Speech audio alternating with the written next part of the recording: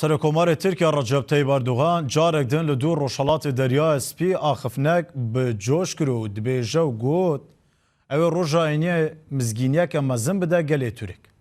Erdogan roja çarşembeyê li Enqere di dembê vekirina kargeheke enerjiyê de axivî û got têkoşîna ku Tirkiye li Rojhilata Deryaya Spî heya Lîbyayê dike têkoşîneke man û nemanê ye.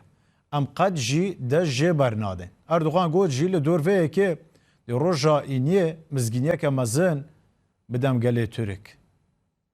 Türkiye'nin Doğu Akdeniz'den Libya'ya kadar Serokkomarê Tirk Erdogan carekê dî girnîjeya di derbarê Rojhilata Deryaya Spî de germ û gurk kir û got ew dê roja înê jî mizgîniyeke mezin bide gelê Tirk. mavi vatanı savunmakta Erdogan roja çarşembê li Enqereyê di vekirina kargehekî ya enerjiya tavê de axivî. Wî got tekûşîna ku Tirkiye ji Rojhilata Deryaya Spî heya Lîbyayê dide tekûşînekî ya man û nemanê ye. Tekûşîna misteqbelê welat û milletê me ye. Em qet wez li vê tekûşînê naînin. Sevr'i yırtıp atmışsak Wî got me çawa peymana Sewrê ya beryasat salan qetand û avêt her wesa em dê serêxwe li hemberî peymanên dî yên nû yên wekî Sewrê li ser Deryaya Spî netawînin. Cuma günü bu müjdeyi tüm milletimize Serokkomarê Tirk Erdogan di heman axaftina xwe de got ez dê roja înê mizgîniyek mezin bidim milletê me ku em di nav xewn û kelecana vê mizgîniyê de ne. Ev mizgînî de derwazeyek mîhwereke nû li ber temamiya milletê me veke.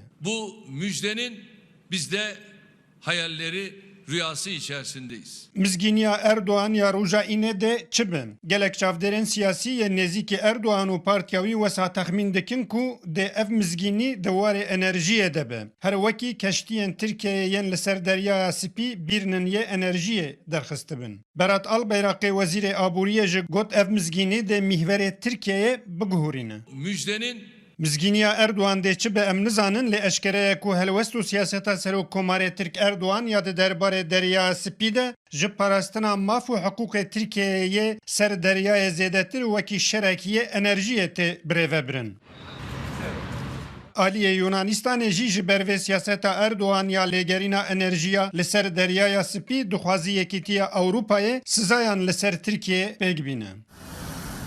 Vêjadê di navkêş û nexweşiya peta korona Covid-19 û girnîjeya li ser Deryaya Spî de dê mizgîniya Erdogan ya roja înê bû Tirkan çi be em dê bibînin. Mihemed Sanrı, Kurdistan TV, İstanbul. Tamam li ser wê yekê Mihemed Sanrî li Stenbol bûm radibît. Ez jî li Mihemed Sanrî dipirsim. Yani nerîn bi giştî çavderên siyasî kesên nizîkên Erdogan li ser wê mizgîniye çi dibêjin? Ew mizgîniye çi ye ku roja êniyê ew bide gelê Türk wek Erdogan behs kiriye. û ew pirsgirêkên navbera Tirkiye û Yunan da çêbûne bi tabe ji aliyê enerjiyê û êdî wek Erdogan gelek di demên derbasbûyî jî de pirsgirîk çêbûn. Heya welatê Fransa jî hê ji bo Derya Spî şan ji bo yekê ku êdî berevaniye ji Yunanê bike. Yani bi giştî ew mizgîniye çi ye? Yani gotgotên ser wê mizgîniye çi dibêjin li Tirkiyeyê keremke? Spas.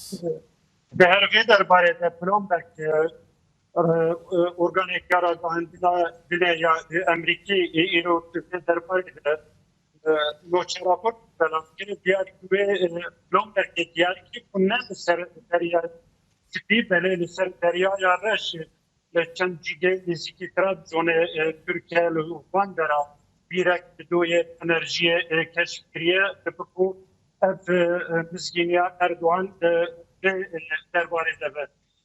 Wek lê zanî em Erdogan dema ku behsa jêderên enerjiyê û siyaseta derve dike awayekî vekirî behsa mîratilgirî û mîratxweriya Osmanî dike bo nimune îro ji di heman axaftina xwe de got berî sed sala hêzên mezin rabûn sînorek li başûrê me kêşan sînorek li ber me danîn em derveyî sahaya û derveyî cihê û derveyî cihûbîrên enerjiyê hiştin sed sal berê wehal mekirin lê em niha êdî ji va bûyer û rodanên wiha re serê xwe natewînin li kû derê be em dê berjewendiyên enerjiyê yê Tirkiye biparêzin. Wek tê zanîn ji aliyê navxweyî kêşeyên aborî kêşeyê bêkariyê kêşeya neşefafî û gendeliyê û heta ji aliyê mafê mirova demokrasiyê ve ji hemû